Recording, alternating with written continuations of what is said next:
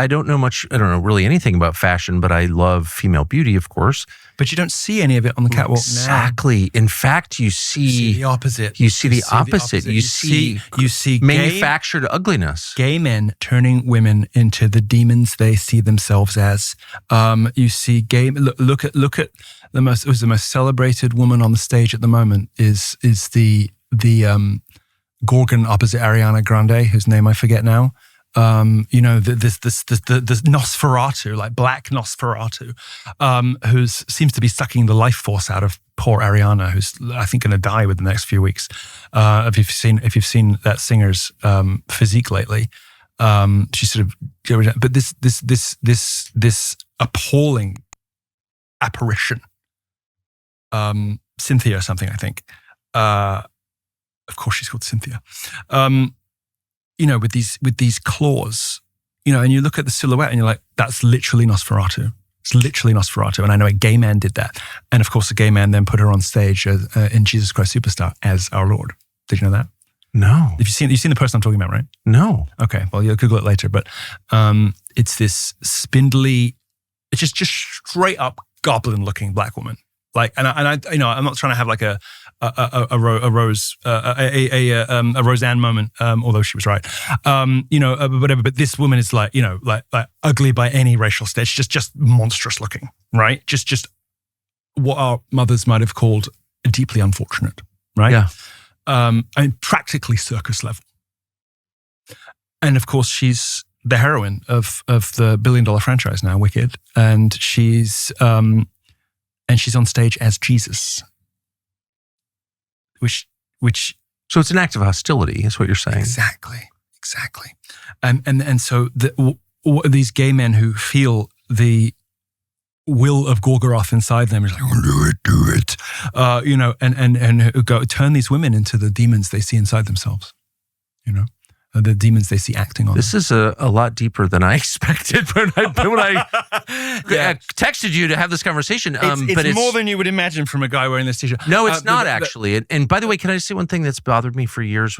When I was a child, there was a lot of creativity coming from gay men in the United States. Like it's all gone now. I know. And it's Dave Rubin is responsible. Not him personally, but I mean like.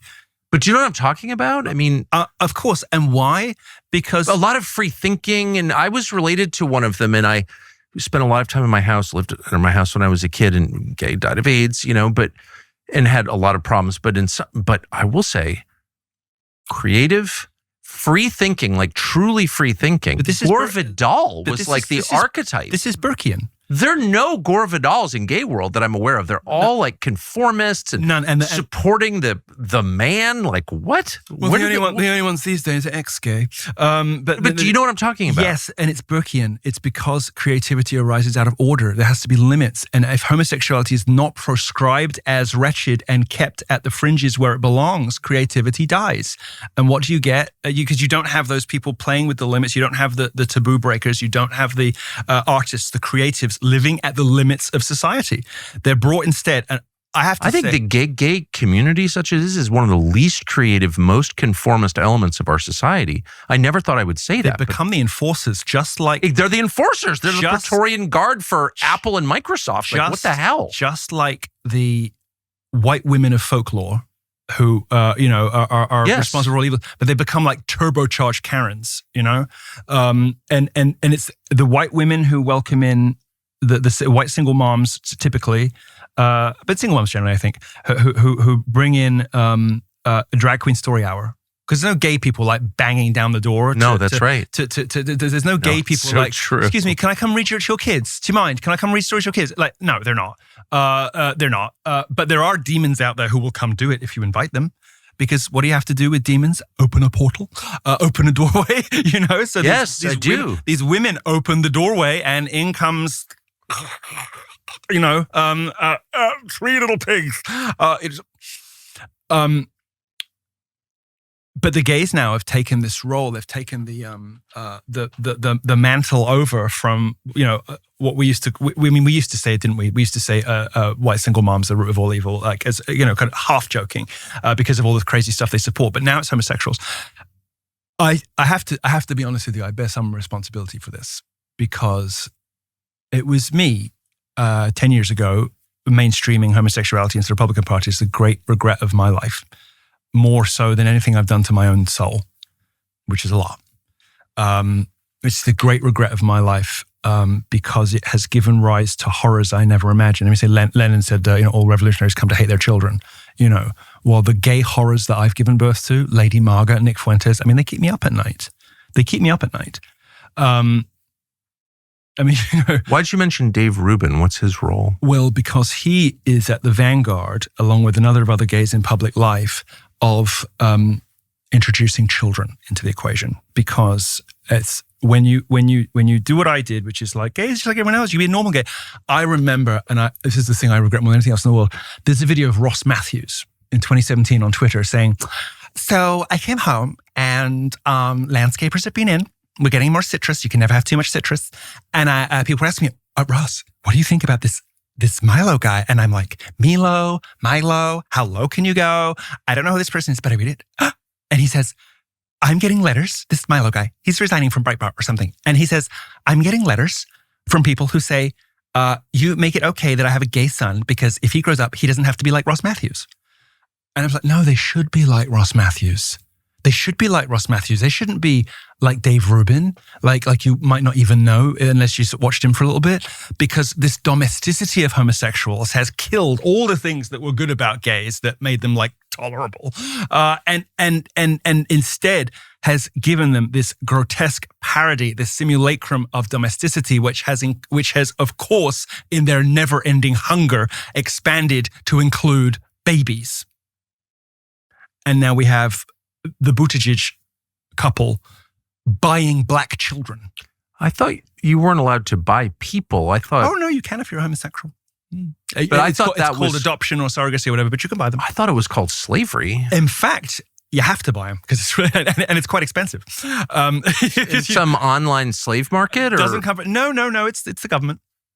And as you know, but Dave Rubin has like Frankensperm babies. Like he mixed his effluvia with that of his husband. I mean, this is real. This is physical. Gave it a stir and hoped for the best. And like, whichever one we get. Implanted it in some highly paid woman we'll never know the name of, the real mother of those children.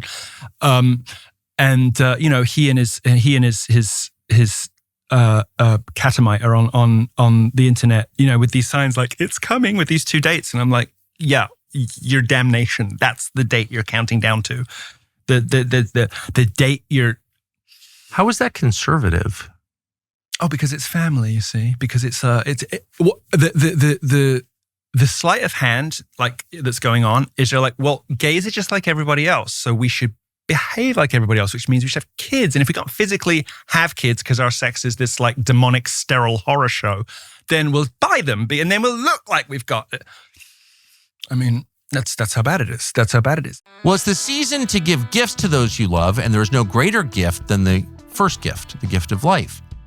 With the abortion mafia doubling down, there's never been a more important time to fight back against them and for children, which is really all that matters, children.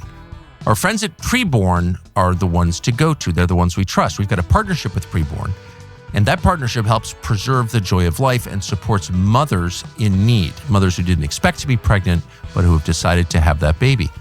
Every day, Preborn's clinics rescue hundreds of children because when a mother sees her baby on an ultrasound, the chance that she will choose life doubles. That's a real statistic, and it makes complete sense. She understands this is a person, this is the future.